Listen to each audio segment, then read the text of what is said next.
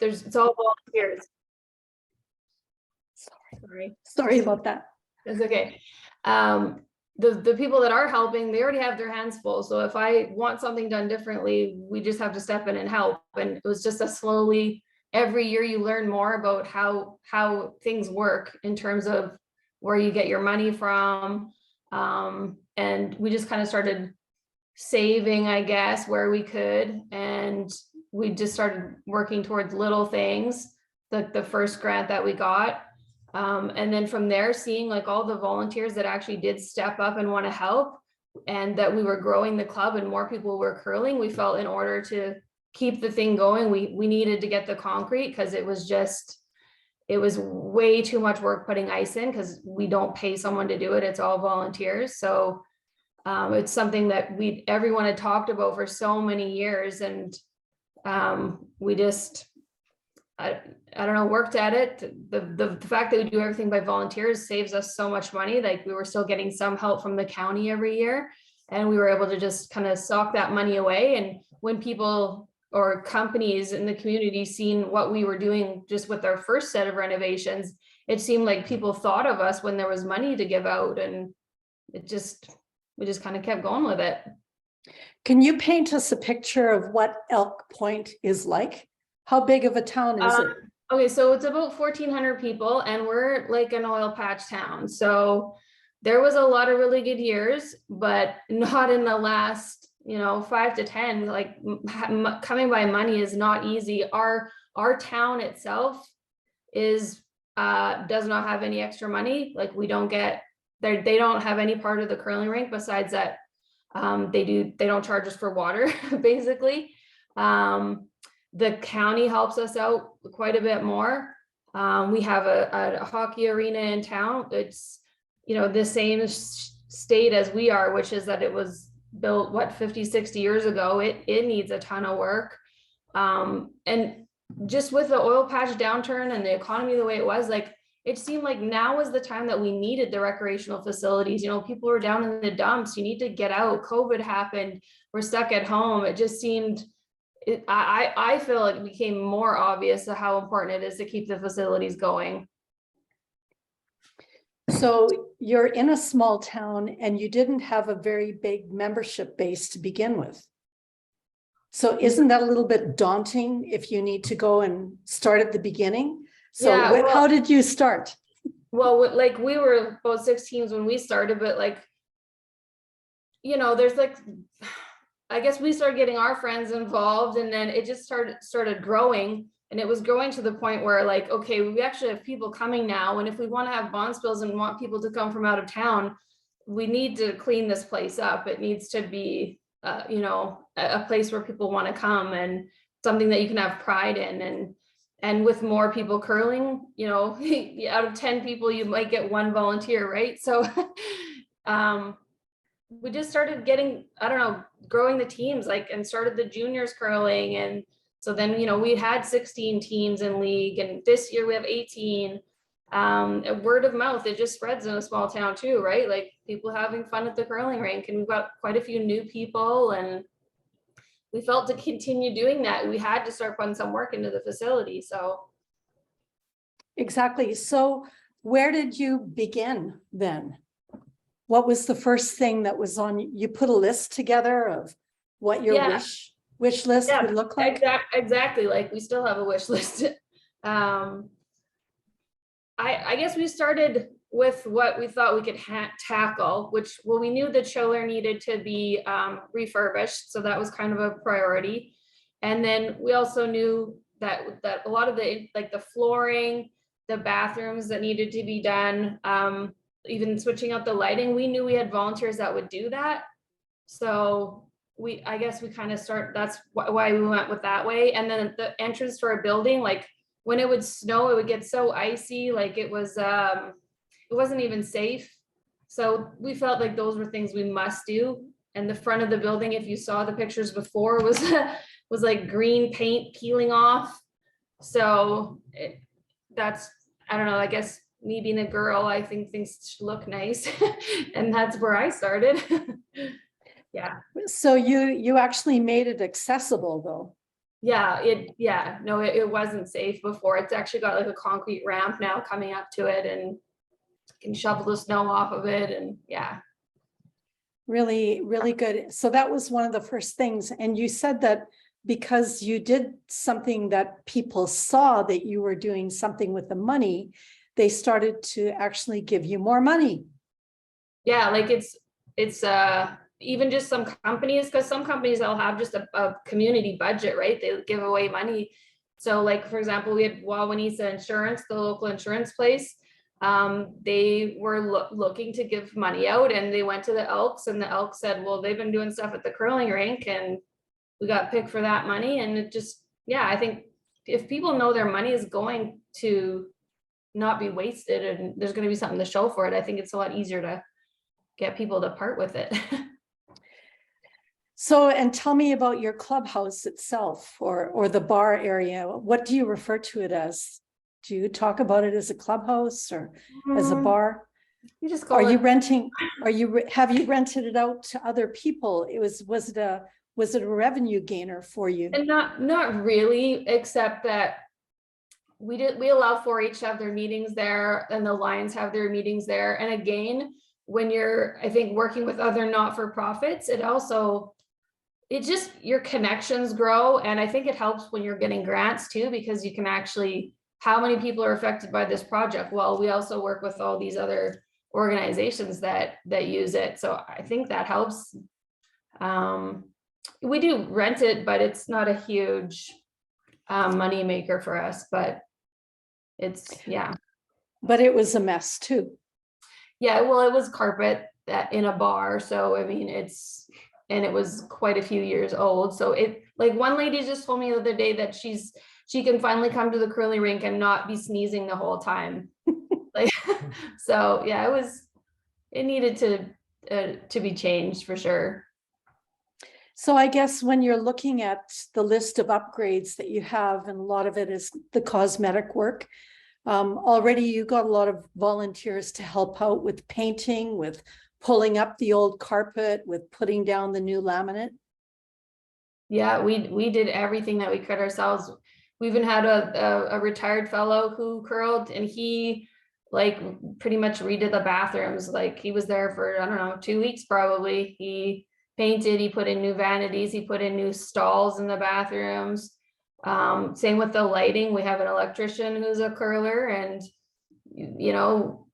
they changed out all the lights. That's why it's so nice and bright out there, I think, is all the lighting of anything we could do and not pay somebody to do, we did ourselves.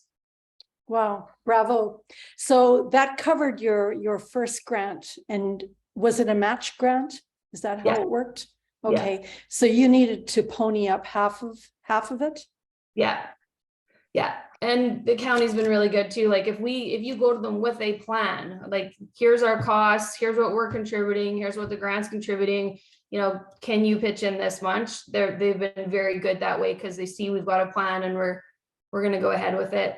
But yeah, your labor counts as matching as well. So.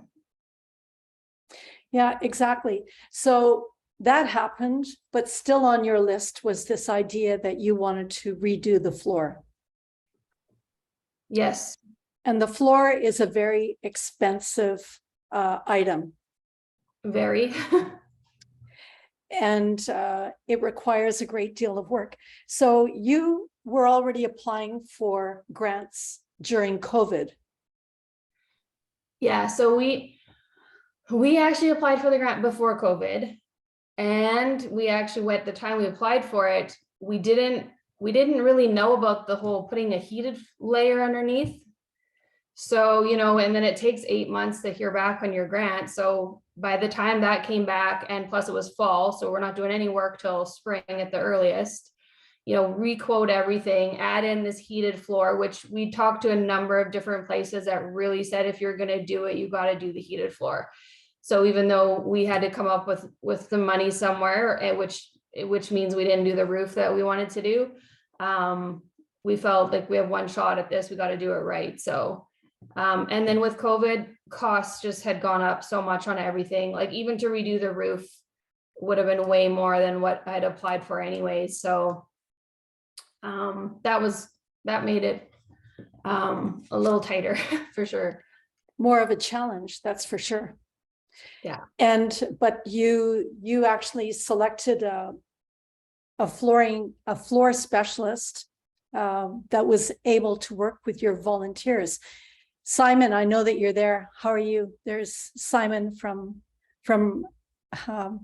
geez, Reward. lost my notes. Reward Construction. Reward Construction. Simon, how common is that you're working with volunteers to put a floor in? It's actually not very common at all. We've done a few in the past, but generally the majority of the work we do is all in-house. So we will provide all the materials and the labor to install. But we're always willing to work with communities to try to help them out if they're in a position where finance is a little bit tight, and if there's a labor or there's a good volunteer base.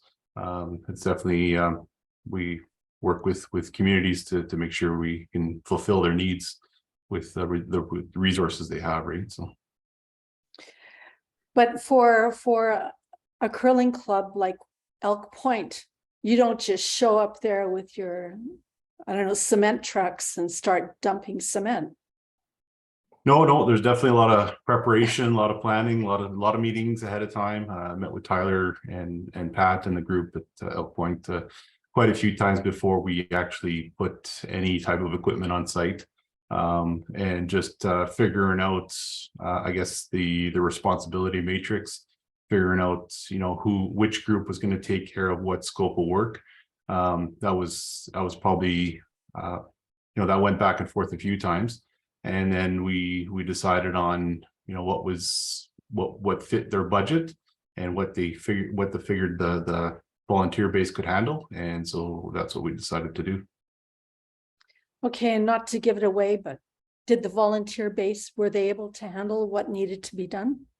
Oh, definitely. Yeah, for sure they did. They did a great job. Yay, way to go, Elk Point. Whoosh. No, but that's great. But your floor, tell us a little bit about, Joanne or Tyler, tell us a little bit about what your floor was doing for you or not doing for you while you had the sand in, because maybe some of these people can relate to what you had going on. Yeah, so we had a sand base, and we had, obviously it was artificial ice, but due to the sand being put in years ago, and we had lots of heaves, obviously with the ground freezing and pushing, there's some wet areas underneath, so our ice was always changing. So we'd have, come December, we'd pretty much have to just let the ice melt, or like we'd put the ice in early November, December, curl through, and then at Christmas we'd pretty much let the ice melt, turn the heaters on, just because it was heaving so bad. We would have, big falls or whatever. So we try to correct it. We'd reflood over the Christmas holidays, freeze it back in, and then it'd usually get us through, because the ground by then it froze decently well. So then we'd have decent ice for the rest of the year. But the sand base we had was completely unlevel. And I mean, there was a lot of issues. It was 50 years old. And for us to go in and level the sand, we got to tear out all the pipe. We got to redo it all. So it was either a matter of, let's fix the sand or just do this properly. So when we were flooding with the sand base, it would take us about a month, and that's 2 floods every day, 3 weeks to a month. And we would do 2 floods a day, soak as much water as we could to freeze the sand in for the first week. And then once we had the sand base frozen, we'd build it up. And, it shouldn't have taken us that long, but due to the unevenness over the years, we'd have one end of our ice was probably about 6 to 8 inches of ice. And then the other end was about 1 to 2 inches of ice on top of the sand. So that's how much we were building it up, just to compensate how much it was uneven and the heaves. And so it was quite a labor intensive process just to get the ice in, never mind maintaining it. And so that was, pretty much 2 people for a month would have to be there, flooding and just standing there with a garden hose and flooding away. So Wow. That's a lot of downtime, that's for sure. Simon, tell me about frost heaves. Is that a big worry for you when you're going in to put in a concrete slab? Yeah, that's the biggest worry. And that's exactly the reason why we put in those heat floors, just to mitigate that. Groundwater is the biggest culprit for any type of frost heave. And so the sand floor that Elk Point had in the beginning really didn't have a way to control any of that groundwater or frost heaving. And so the way we designed the floor system and controlling the water, the groundwater, it'll provide them basically a floor that should last at least 50 years. Wow. And it's going to be a floor that is going to be able to be used year round now instead of just for the curling. Yeah, Sorry. Sorry, I was just going to say, yeah, most definitely. I mean, Joanne and Tyler can probably speak to this more than me, but for the user groups that we've seen, that the sand floor basically limits you to only curling or only the ice events. But with the concrete floor, you've got, now you open up a lot of more opportunities for rentals during the summer months or for dry floor events, right?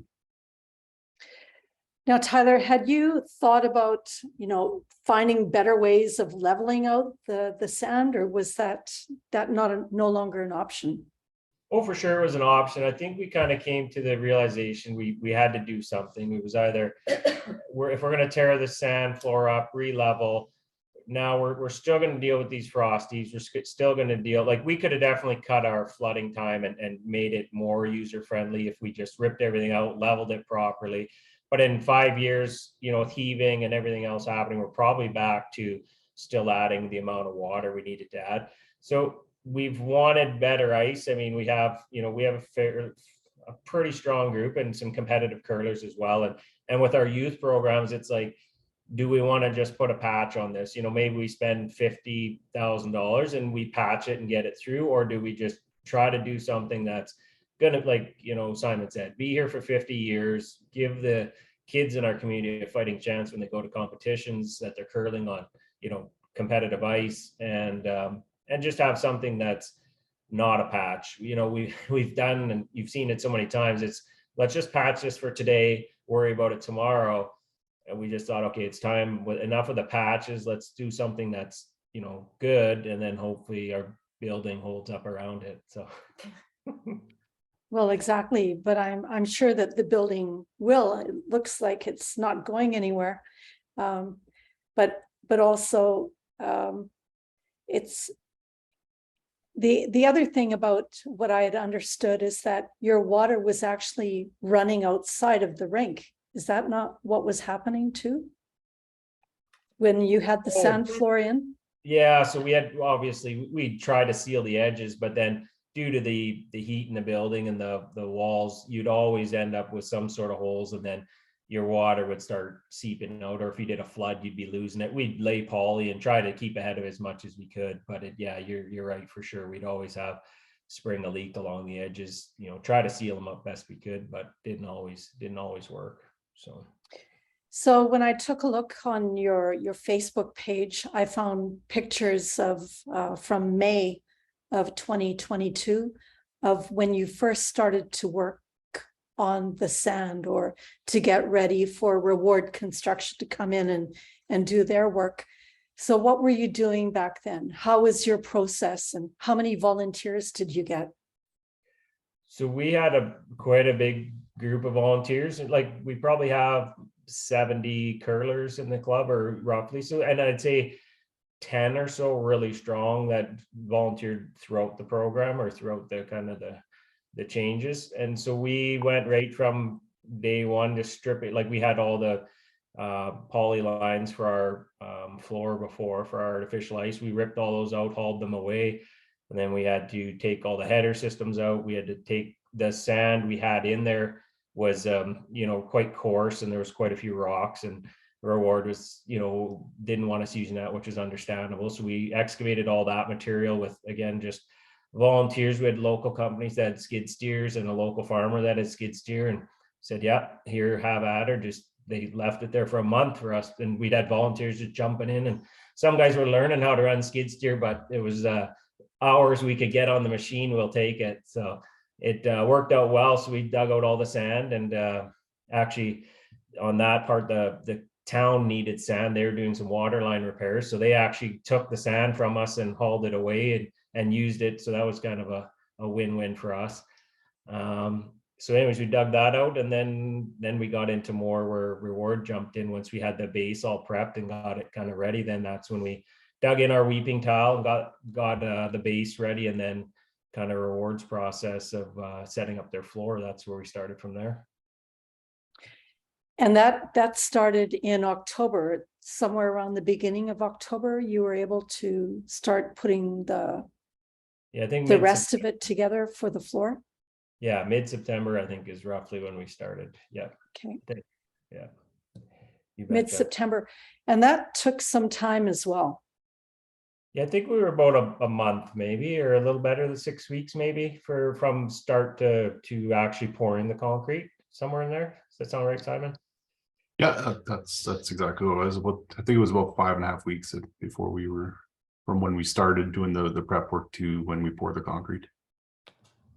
And once the concrete is poured, it needs to cure. Definitely, yeah. Yeah, definitely got to go through like a 7-day wet cure minimum, complete submersion cure, just to minimize any cracking, just to make sure that it stays well hydrated during the curing process, right? So. Right. And Joanne, you told me that in October, when it became pretty cold, it was never above 15 degrees inside the rink. And that had become a little bit of an issue with heaters. Can you guys tell me about that? Well, I guess because we were replacing our heaters, and things just went a little bit longer than we'd originally thought. And so it was a little bit touch and go as to the weather holding out, but because we needed to have it cured enough before we could get up there and put the new heaters in. But I think it ended up working out okay. We weren't sure if that was affecting, like, the drops in temperature at night, if that was affecting the pressure being held or not. I still don't know, but it worked out. Exactly. And you're talking about the pressure in the floor. Yeah. You could probably talk about that one. Yeah, just the pressure. Go, Ty, go. Yeah, the pressure test on the like the air, they did a pressure test or held pressure on it just to make sure we didn't have any leaks when we added the brine to the system. So you want to make sure that held. And so we would have some drops overnight, but we were getting to the point we only had one heater, because of course that was another thing we needed fixed and replacing was our heaters in the and we hadn't got to that point because we thought, let's not put them in there and then somebody hits them with a skid steer and we have 2 new heaters that are wrecked on the floor. So we were waiting, and then once we poured the concrete, it did turn a little cold, so we had one heater kind of running just to make sure that we could keep that cure without it freezing, of course, and keeping the concrete at a good temperature. But it did turn out good. It worked out well. So Well, there you go. That's great. So once the floor was cured, then the refrigeration plant was turned on, or how did that work? yeah, there's well, Simon can probably speak to it, but there's a drawdown you have to do. So it's a 7-day wet cure and then 28 days to let the concrete kind of fully cure. And then after your 28 days, then they have Reward has a process. And so you draw it down slowly. So you just drop the temperature of the concrete so you don't kick your plant on and shock your concrete, I imagine. Simon would probably speak to that better, but. Yeah, that's exactly what it is. So it's a slow pull down process for the initial pull down, just because it is fresh concrete, and you don't want to shock the concrete. So it's just a really gradual pull down procedure that we got developed. And everything went well, Simon? Yeah, everything went well. The pressures were good. Brine, they filled well. I guess once after the pressure test, obviously we had to fill with brine for the secondary refrigerant.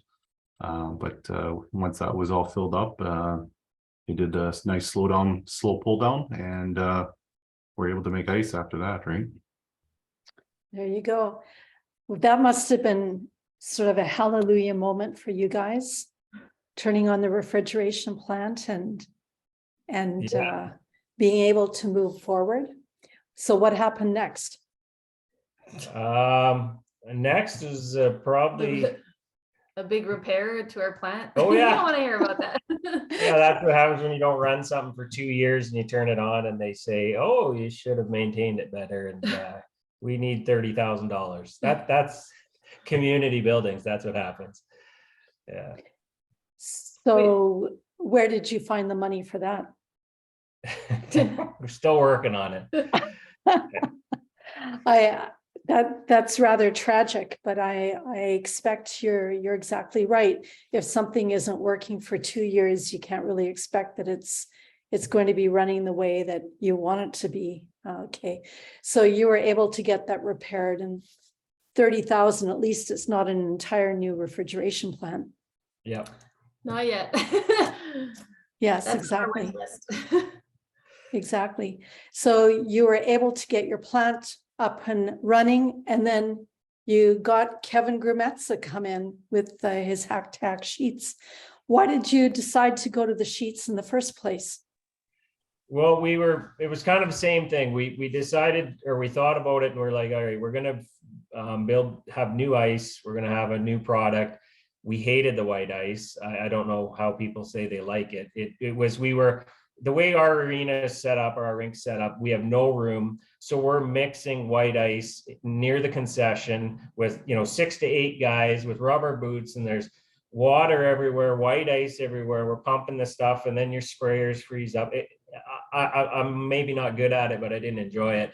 So we've curled at other rinks like St. Paul and Bonnyville in the local area, and they had, hack to hack. So I just looked it up and talked to Kevin, and he kind of gave us the lowdown on his sheets. And then, so, with kind of talking with him, one way we looked at it is let's get these sheets, and obviously they're not cheap either, but however we were able to sell enough actually sell the advertising of the whole house to local communities, and they paid for the sheets. So it worked out fantastic that we were able to not only have this great new floor, but we were able to put in this new, hack to hack sheets, and they're bright white. It looks fantastic. And it is like, Kevin came on a Saturday or Friday, I can't remember, Friday or Saturday, and we rolled them out, and, that day you've got ice on it. You're not curling, but I mean, it was, slick. It went really well.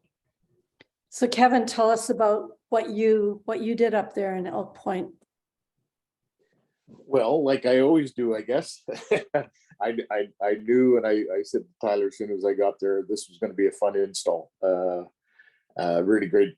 Just really felt welcomed, and they were eager to learn and help and that kind of stuff. And that always makes the whole install so much easier, so much fun. Yeah, we had a blast. We had a great time. But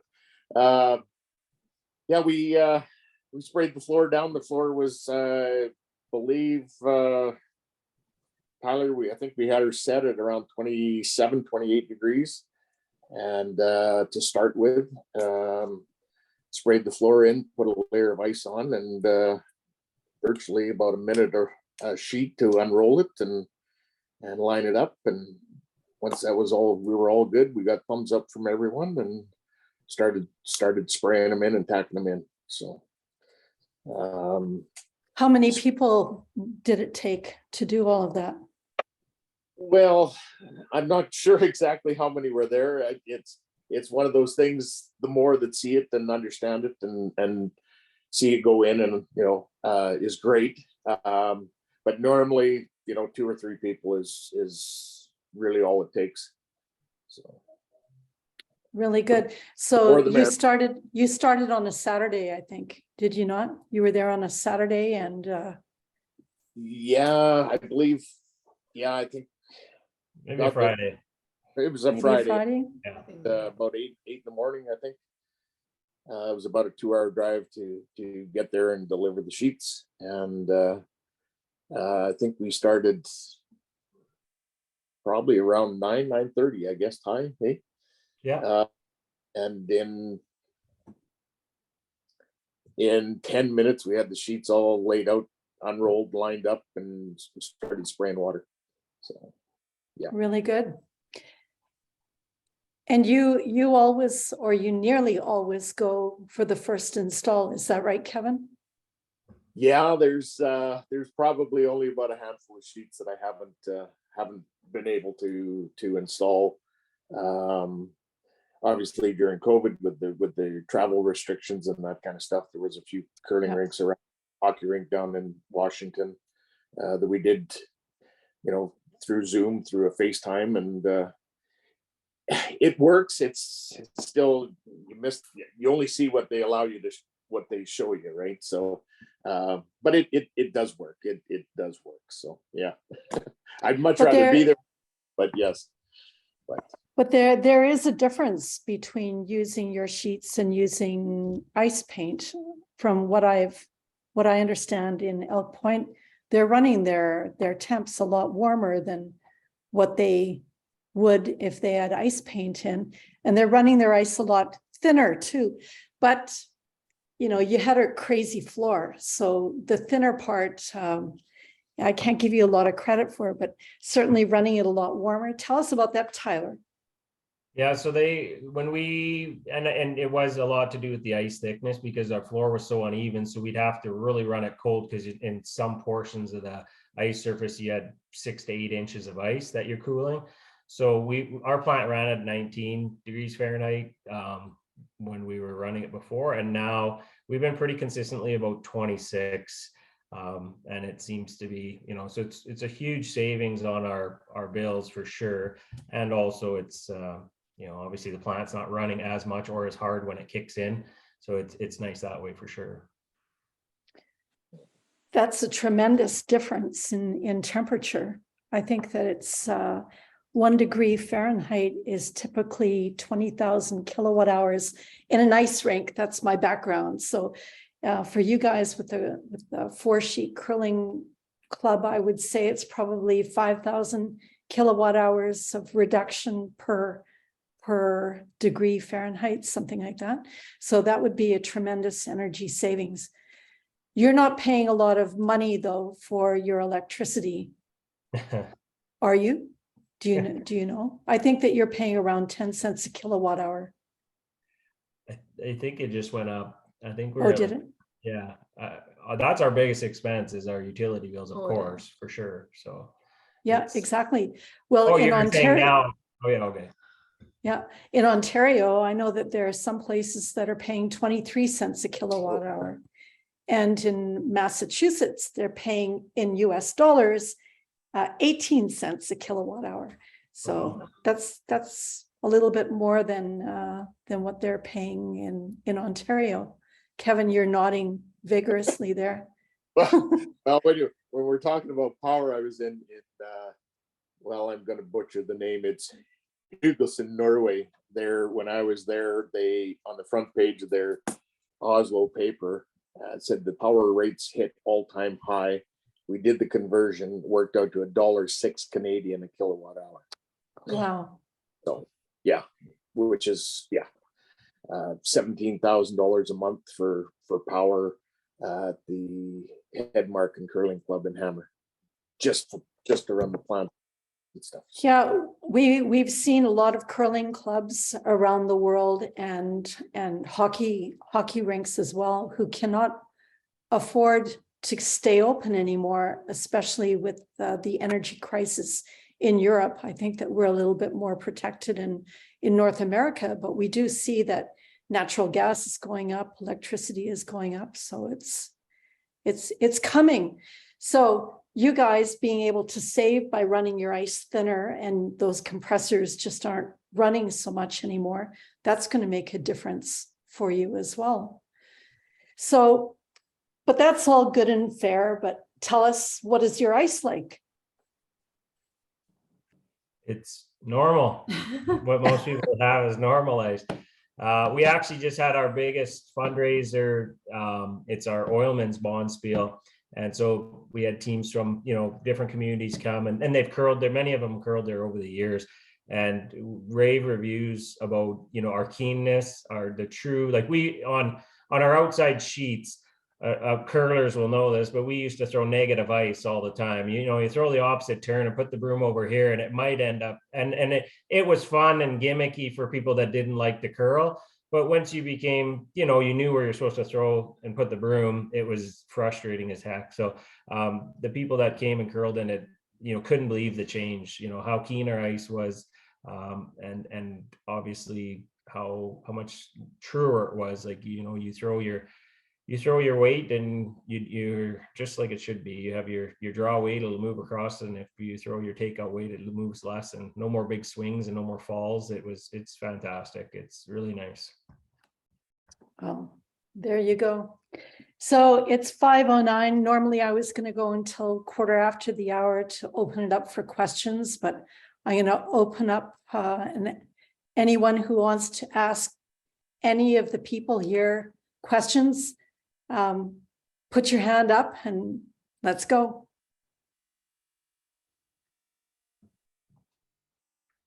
I'll say, I just wanted to, anybody that joined in, I see Pat joined on, and he was a huge spearhead to this as well. He did a ton of the work on our header systems, and he kind of looked after a lot of this stuff. So hi to Pat. He's on. Where are on. you, Pat? There you are, Pat. Pat, take yourself off mute. Tell us a little bit about your story with Elk Point. I guess I was muted. Pretty much my story is I started curling here a few years ago, and last year they're looking for volunteers, so my wife volunteered me. It was quite the process with Ty's and Joanne's help. It turned out to be a fantastic project to be on. There you go. Joanne, something else that I just wanted to ask you about. Oh, we've got somebody who wants to ask a question, but really you stuck with it. You kept on applying for grants. You kept asking for money. How do you keep up that momentum? Because I'm sure there's got to be some dark days when you feel like nobody's answering me back. I don't know. I was pretty committed once we got the grant, because honestly, I've said this a few times that I kind of wished I hadn't even done it. Just because we went and curled in a neighboring town during COVID, and we were like, this is so nice. We don't have to do any work. We just show up. But now seeing it in, and you know, we got more new people this year, and there are like people like Pat that are great and help out and show appreciation, and it just makes you keep going. There you go. Brian Brose, you have a question. You can unmute.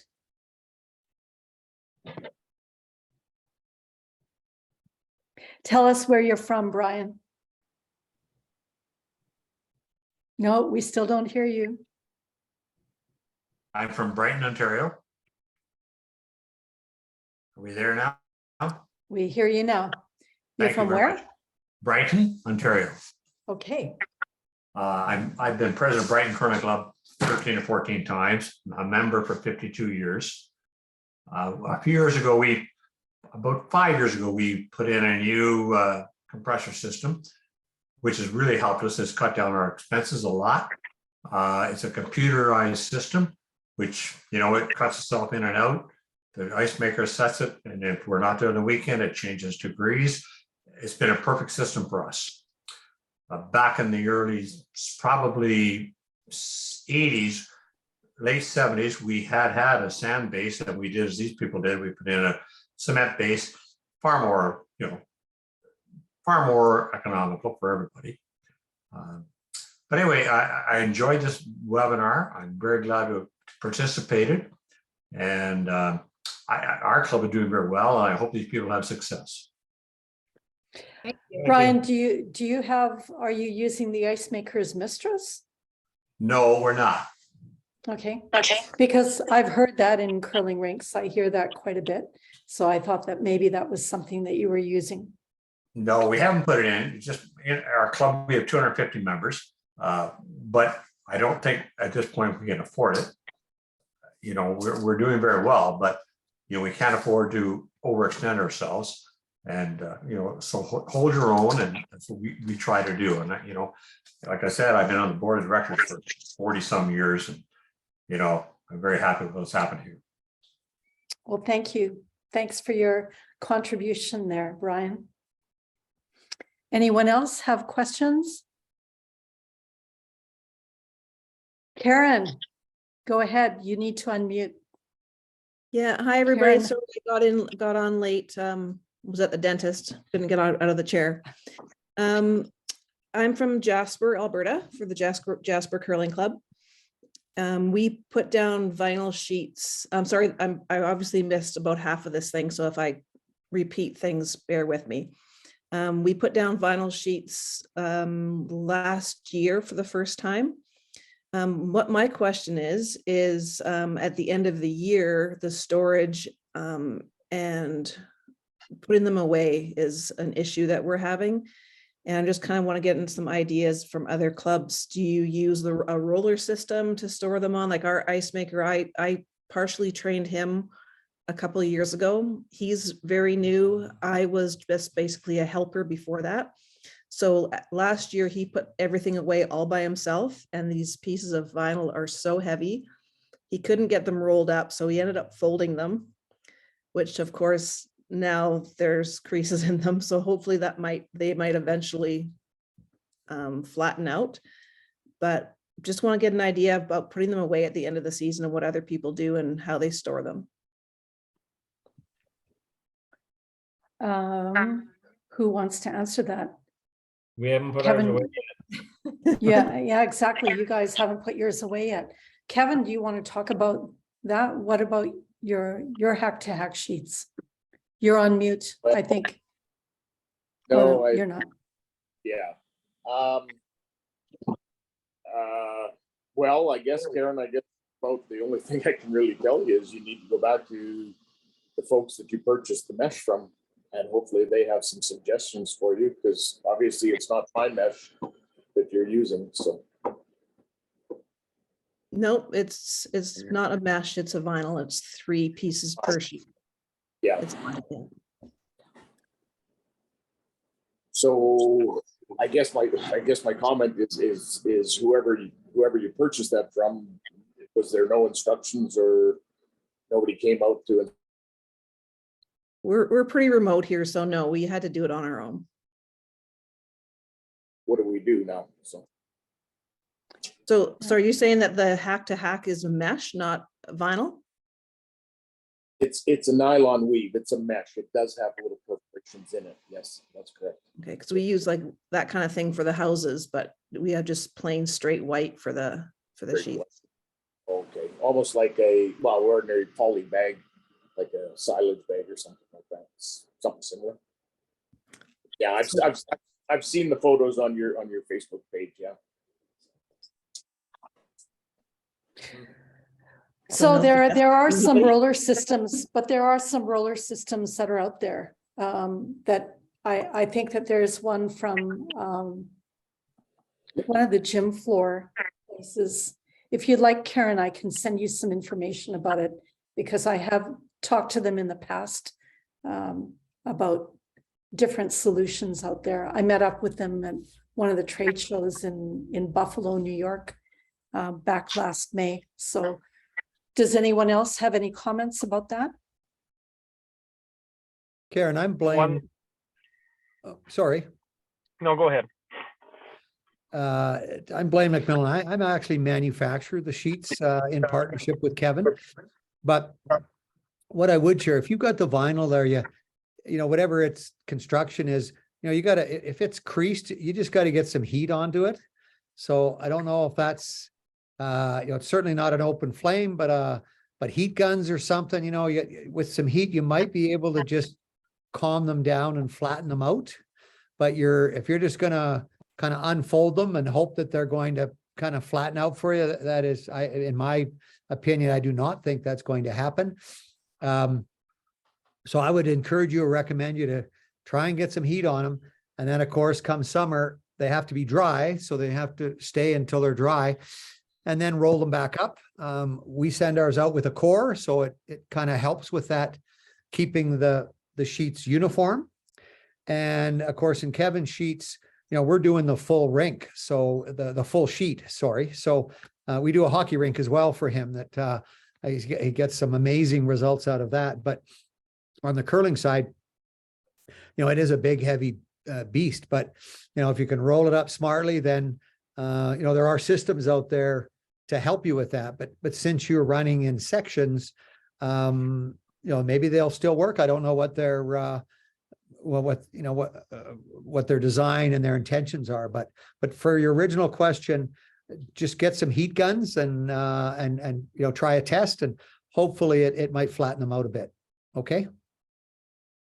Really good. I'm going to get Doug to unmute. He has his hand up.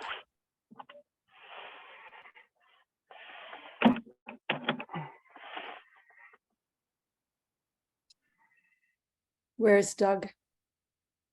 Has he gone? All right, Glenn. He's We're still gonna there. ask- He's just not coming through. Oh, he's not coming through. Yeah, I can see him with his finger up here. Okay, there's Dawn.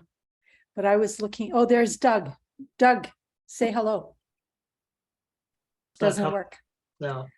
No, it doesn't work. Okay, Glenn, you're next. Yeah, earlier on, I'm not sure if it was the lady mentioned about whose name I forget right now. Sorry. Is it a heated floor system? There was something mentioned about a heated floor system. Is that part of the build for the chilling, or is it like I don't understand it. Simon, you want to take that?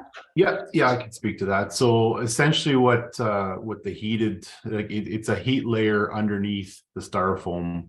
And what it does is it mitigates any frost penetration. So essentially it's a series of pipes spaced out at about 12 inches on center. Same pipe you use for the cool floor. It's just to mitigate any frost penetration, to stop any frost heave from coming down from below. So with those, you're using like a glycol, or what are you using?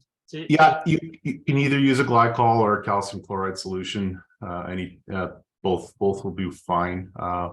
Generally, a lot of times what they do, or what we do, is put a heat exchanger, so grab the heat off the plant.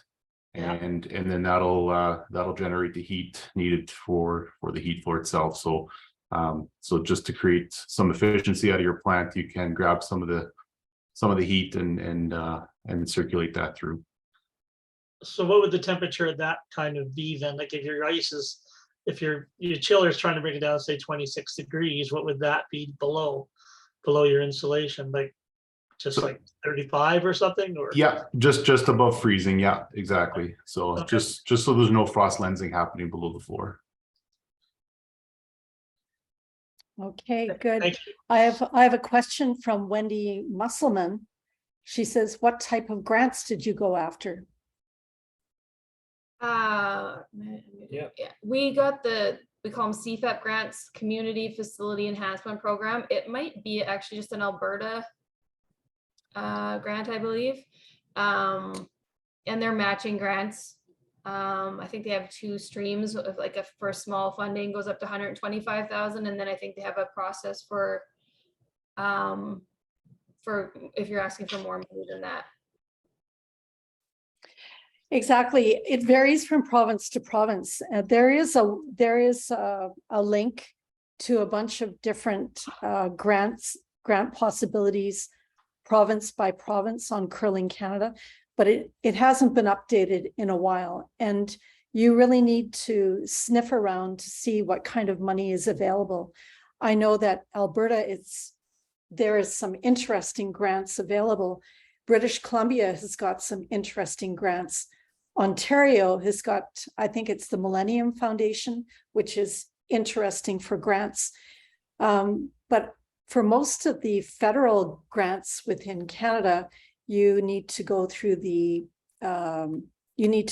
engineers to try to get funding that way. In the United States, there are a lot of energy efficiency grants that match sometimes up to 75% of an energy efficiency that you're going to put in. And I would argue that a new ice plant is an energy efficiency.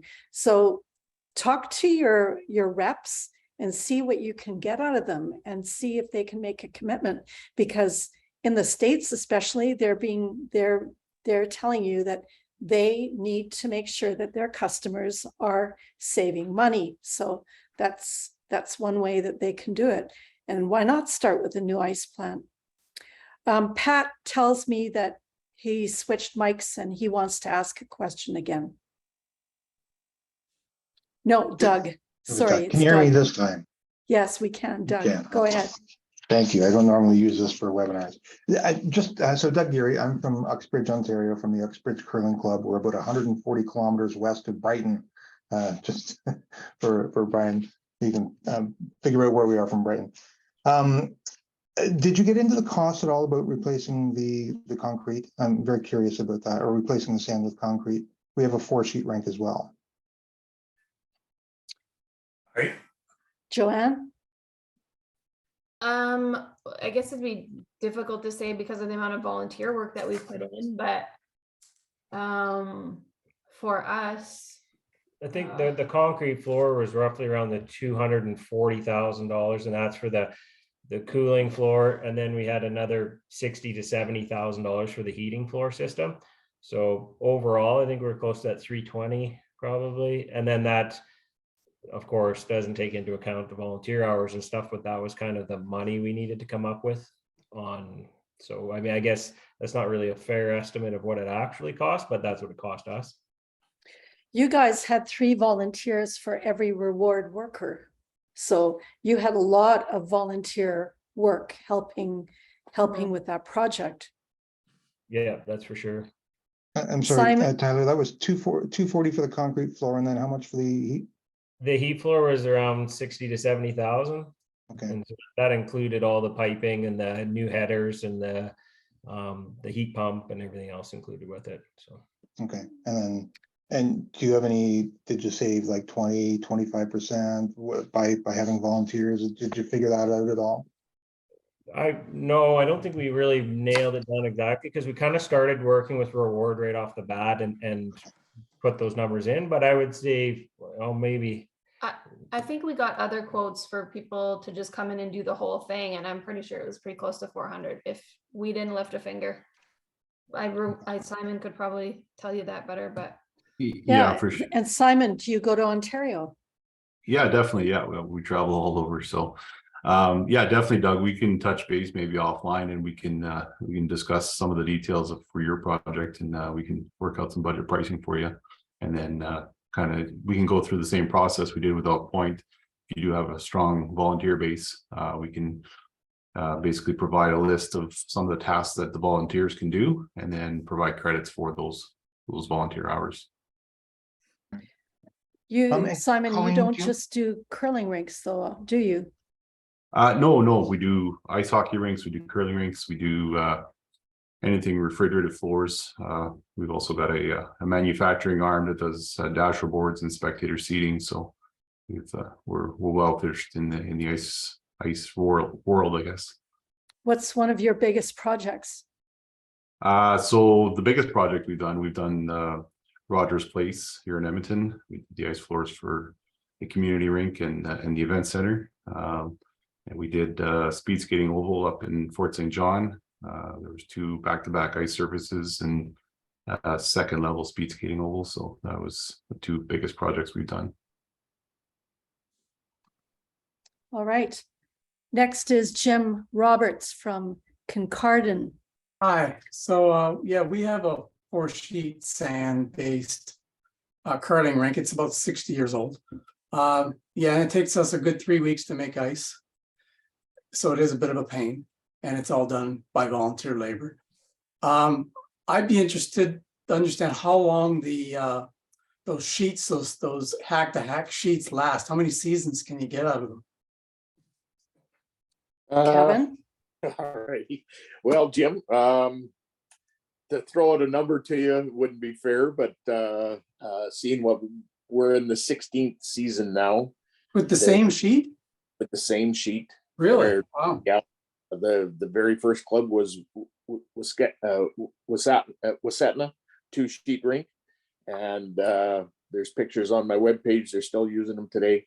They look no different today than when I first put them in 16 years ago for them. Okay, second question on that. With a little bit of care, sorry, Jim, just a little bit of care. I mean, you can probably easily double that. And that's being, the material hasn't changed any structure or feel So or it anything like. So it doesn't degrade. No, it hasn't. For 16 years, the prototype is 18 years, and we use it outdoors in a outdoor curling rink that we build. And it's outside at -40 and the UV light. And other than the white being a little dirtier just from being outside, little grayer color, but the colors are just as bright. Send me an email. I'll show you some pictures of our outdoor rink, and that sheet's 18 years old. So, Okay. Yeah. On follow up from this meeting, is it possible to just get maybe have the Colleen, I guess it is, just to send out the contact information for the various suppliers of this stuff, I'll do that. rather than me I'll do trying to that figure with- out who's who? I'll do Okay. that with pleasure.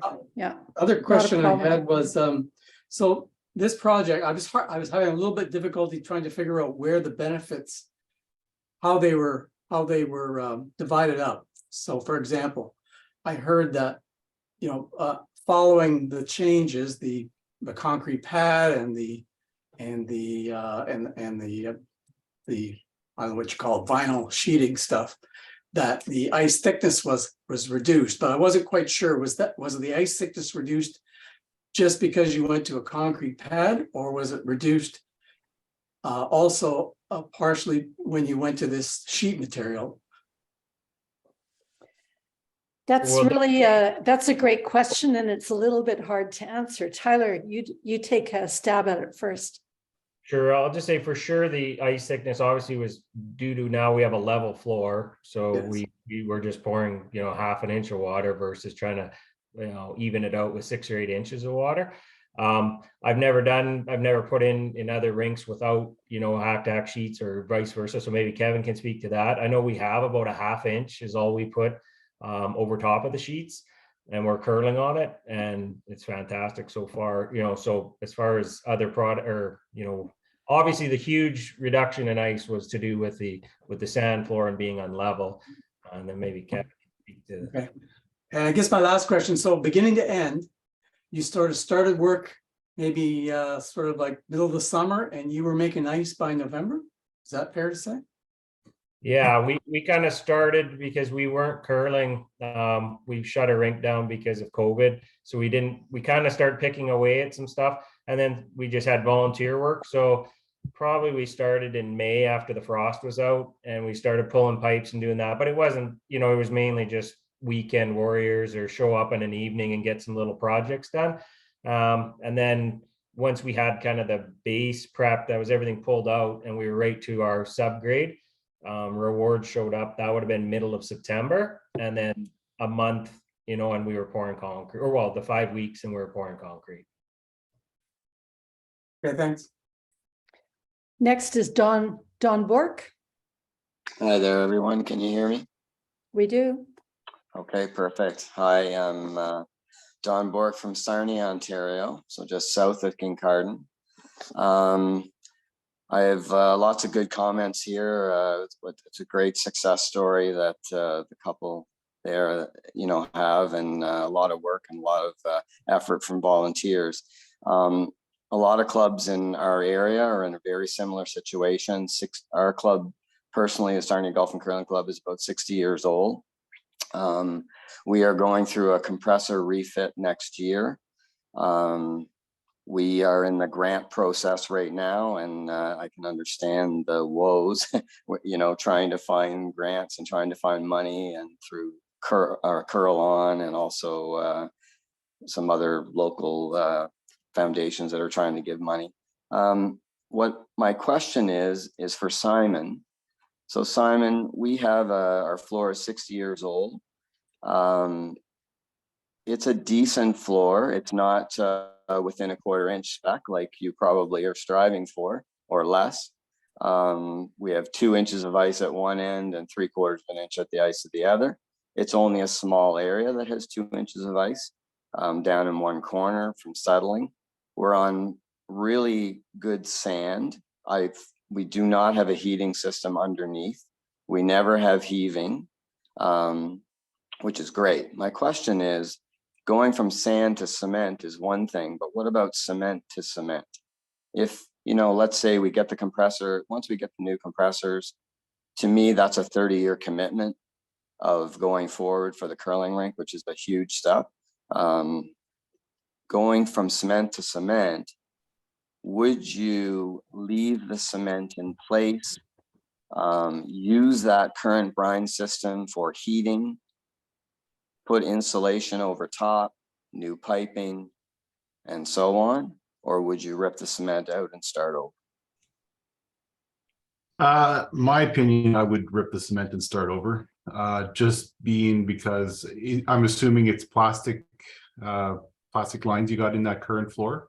Yeah, it's poly lines. Okay, so yeah, poly generally got a lifespan of like if you got a 60-year floor, you're pushing the end of the lifespan for that pipe.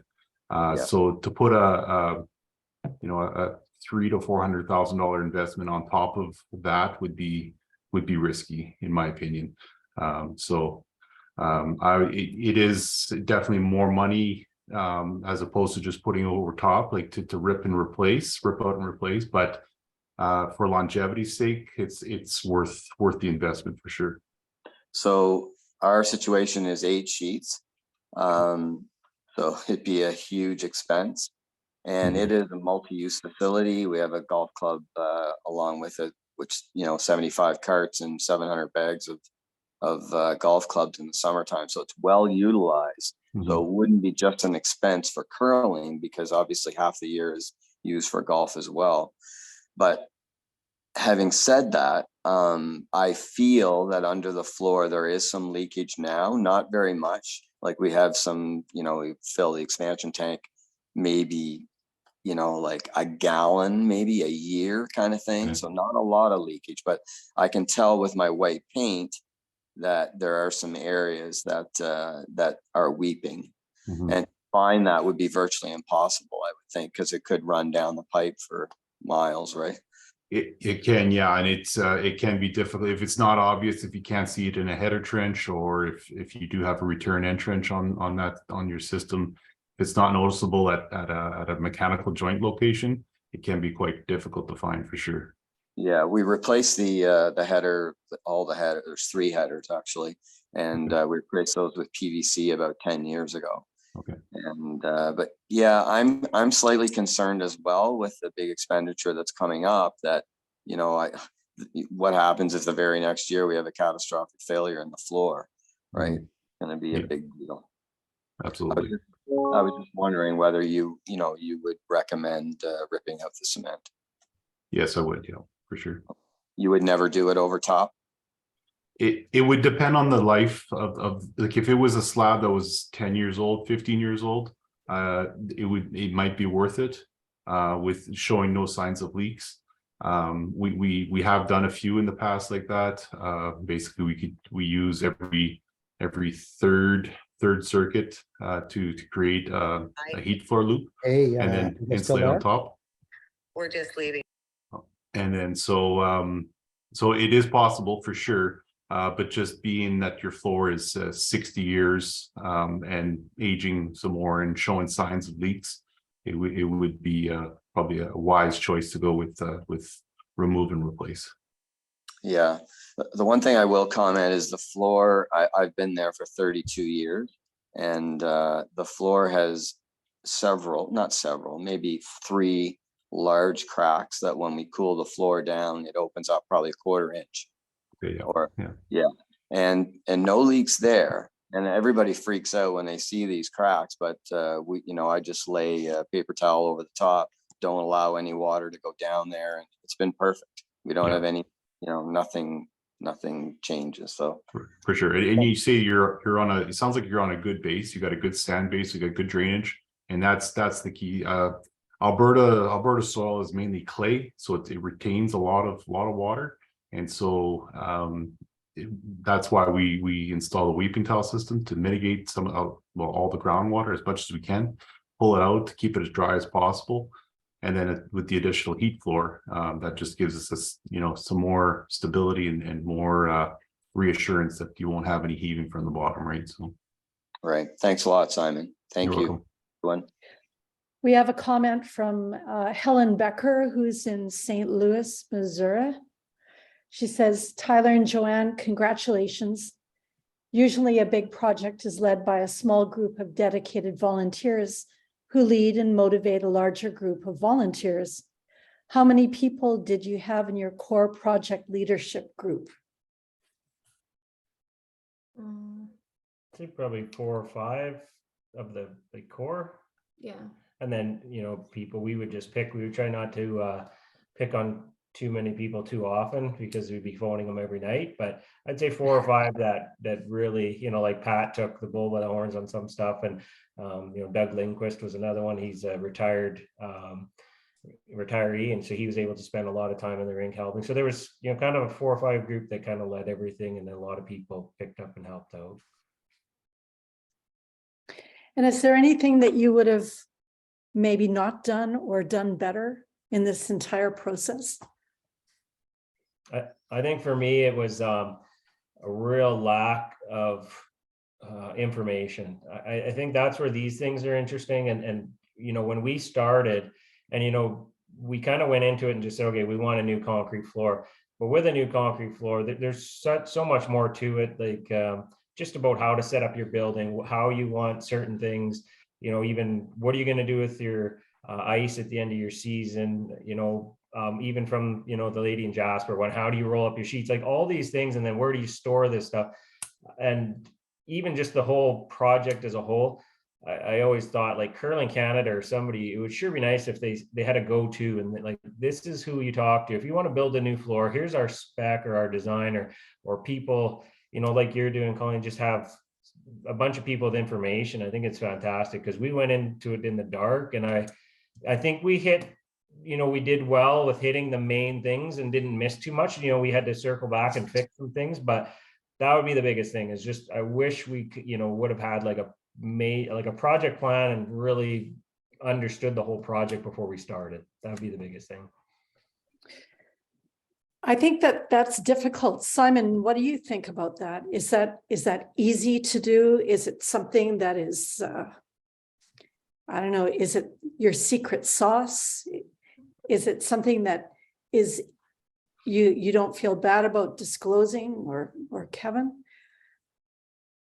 Yeah, no, I mean, yeah, I think it's a matter of understanding and explaining to the groups what the,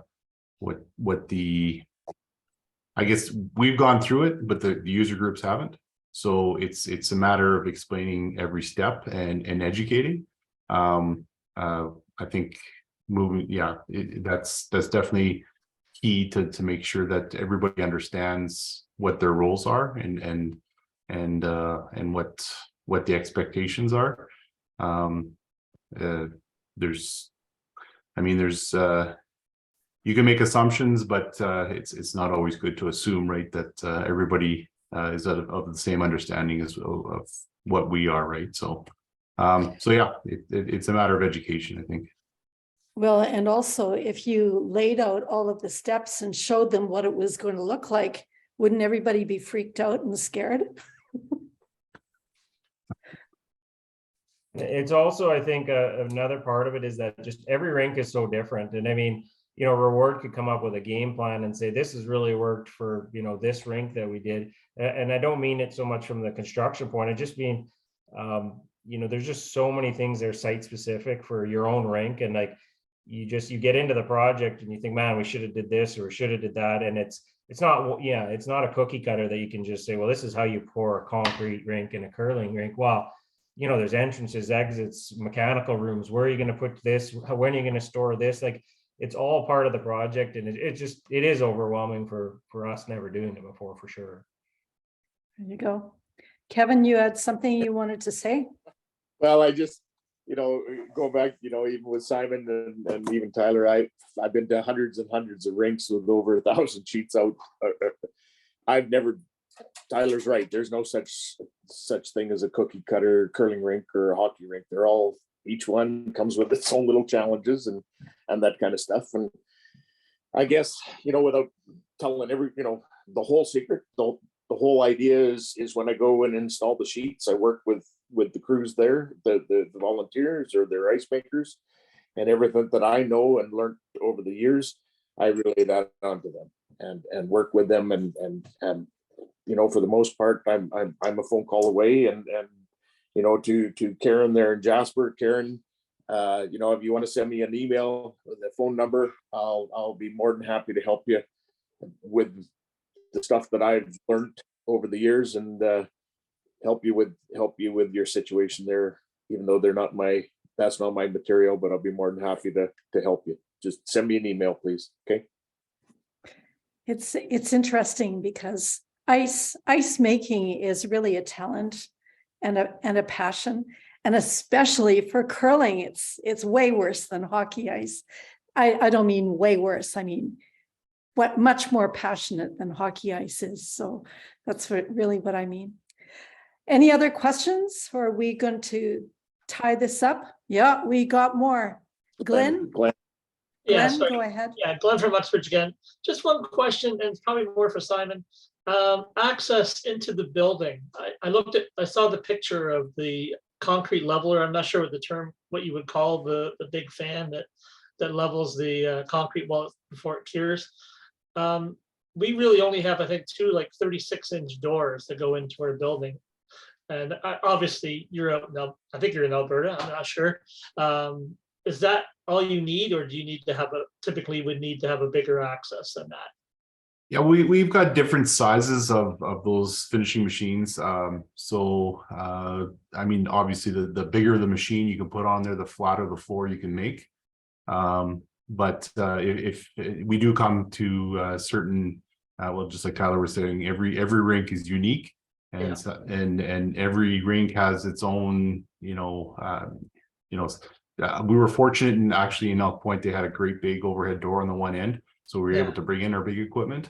But yeah, if we when we go to a site, we do an assessment, we see what we have for access. We see where we can place the materials, where we're going to place the equipment, and essentially we do an assessment on the site, and then plan from there, right? So. Okay, thank you. Yeah, you're welcome. And I have another one. Carrie isn't, she still is on. She said, the more you learn, the less you know. There you go. Every contractor has different opinions, which adds yet another level of complexity. So I guess that's really it. You need to go with your gut and go down the path, because you can't turn back.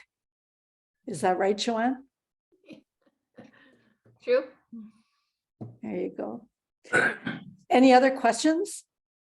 Oh, yeah, we do. Two more. Doug, go ahead. Hopefully this is a quick one. Thank you. Just looking at the cost of the underfloor heat being 70 grand, so about a third of the cost of the concrete, and that you mentioned that was over clay. If you're building on top of well-drained sand, is there still a requirement for that underfloor heat? No. So generally what we'll do is we'll do a couple. So if we know what's underneath there, we'll do some core samples to see what the geotechnical information is below the ground. If the soil conditions show good drainage, then the weeping tile system is not required. So that definitely saves some costs, right? Thank you very much. Welcome. Brian, back to you. Hi, Doug, again. Nice to talk to you. I don't know if you heard of custom ice. You probably have. If we decide at Brighton to replace our floor, at some point it may have to be. It's almost 60 years old. I personally would look into this as an option. I don't think you have to replace your concrete stuff if you've got a good base to start with. Far cheaper, about half the price. Anyway, when we did our replacement equipment, it was $145,000 5 years ago. We had a $95,000 grant, so we did very well. Replacing equipment, we probably saved 75% in energy costs. So I think that we've done well. But again, if it comes to that floor, we certainly would look into, I feel, a custom ice or some other brand that lays their tubes on the top of the present system and use your present headers. And thank you very much. The whole webinar has been great. Great talking to people, and I'll be glad to talk to anybody at any time. Thank you. There you go. We do that. We do see that, and maybe that's another cause for a webinar. We do see it happening more and more where the pipes are being laid on top of the concrete, and that certainly would avoid. Have you ever dealt with that, Simon? Have you seen that? We have, yeah. I guess the only downfall I would say to that would be having to store those lines. So if you want to use your floor for a dry event, like Dawn was saying, for golfers, for example, you do need some sort of storage facilities to roll those lines up and put them into the storage. So There you go. Oh, back to you, Brian. Thank you very much, Simon. I appreciate your comment, but my comment was that we would lay new pipes and new concrete on top of the present system. Oh, okay. Okay. Fair enough. Yeah. Thank you. Okay. There you go. Well, thank you very much. I was thrilled with the attendance today. I'm going to do another webinar maybe in the next month, and that will be on converting from arena ice to a club of your own. I've got a couple of recent examples from the United States of where they got off of their hockey ice and they built their club. And I think it's something that some curlers would like to know about. And if you've got any suggestions of webinars that you'd like me to run, just let me know. Thanks, everyone. Thank you very much. Thank you. Thank you so much, Joanne and Tyler. Brilliant. We'll see you tomorrow night, Ty, Joanne. Yeah. See you then. Oh yeah, it's their grand opening tomorrow night. I will take the 2-hour drive and come and see you guys tomorrow. You bet. Looking forward. All right. Thanks, everyone. All right. Take care.